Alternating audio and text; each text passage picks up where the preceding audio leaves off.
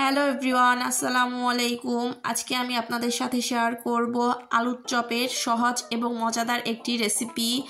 যেহেতু আলুর চপ, আলু তো লাগবেই। এখানে বড় সাইজে 3টি আলু সিদ্ধ করে ভালো করে ম্যাশ করে নিয়েছি। চুলাতে একটা কড়াই বসিয়ে দিয়ে এর মধ্যে দিয়ে দিচ্ছি পরিমাণ মতন সরিষার তেল। তেলটা গরম করে নিয়ে আমি এর মধ্যে দিয়ে দিব পেঁয়াজ কুচি। এখানে আমি বড় সাইজে 2টা পেঁয়াজ কুচি করে নিয়েছি। দিয়ে দিব কাঁচামরিচ কুচি। কাঁচামরিচটা আপনারা আপনাদের প্রয়োজন অনুযায়ী দিবেন। এখন পেঁয়াজ এবং মরিচটাকে আমি কিছুক্ষণ একটু ভেজে নিব। পেঁয়াজটা যখন একটু কালার চেঞ্জ হয়ে আসবে তখন এর মধ্যে দিয়ে দিব ম্যাশ করে রাখা আলু।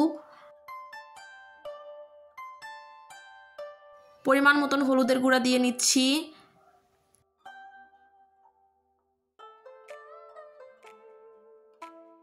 দিয়ে দিব পরিমাণ মতন লবণ।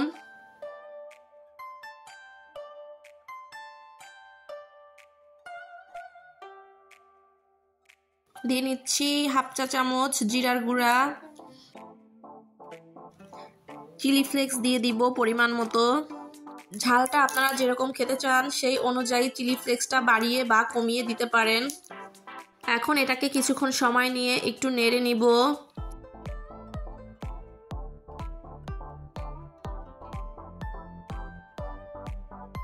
এ পর্যায়ে এটাকে নামিয়ে ঠান্ডা হওয়ার জন্য অপেক্ষা করব।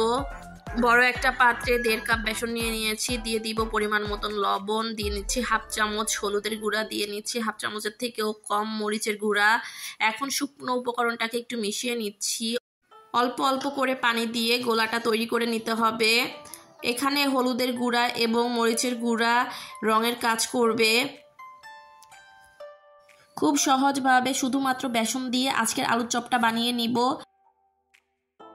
অল্প অল্প করে পানি দিয়ে গোলাটা তৈরি করে নিব। এই আলুর চপটা খেতে কিন্তু ভীষণ মজা হয়।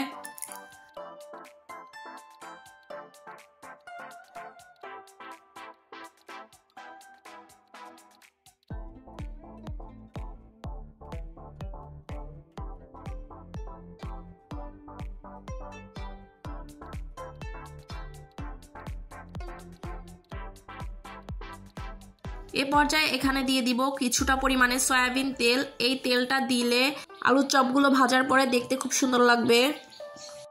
তেলটা দিয়ে ভালো করে একটু মিশিয়ে নিয়েছি।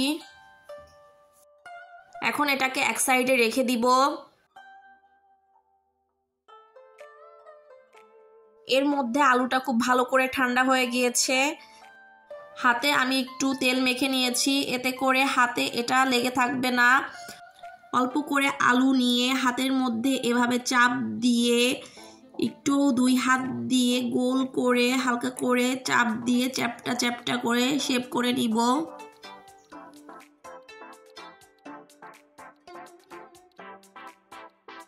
যে পাত্রটাতে রাখবো ওখানে আমি কিছুটা পরিমাণে বেসন ছিটিয়ে দিয়েছি। আমি সবগুলো আলুর চপ এইভাবে বানিয়ে নিব। খুব সহজেই মচমচে আলুর চপটি বানিয়ে নেওয়া যায়। আপনারা আপনাদের পছন্দ মতন বড় বা ছোট বানিয়ে নিতে পারেন। চুলাতে পরিমাণ মতন তেল গরম করে নিয়েছি। একটা করে চপ বেসনের মধ্যে দিয়ে এর মধ্যে ভালো করে ডুবিয়ে একটা চামচের সাহায্যে উঠিয়ে নিয়ে গরম তেলের মধ্যে দিয়ে দিব।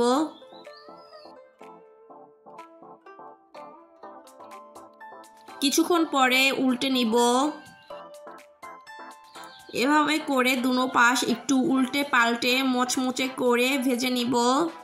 ভাজার সময় চুলার আঁচ অল্প রেখে ভাজতে হবে।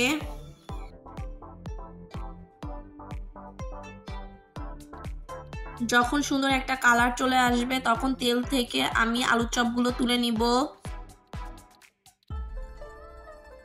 তৈরি হয়ে গেল খুবই সহজে মচমচে মজাদার আলুর চপ।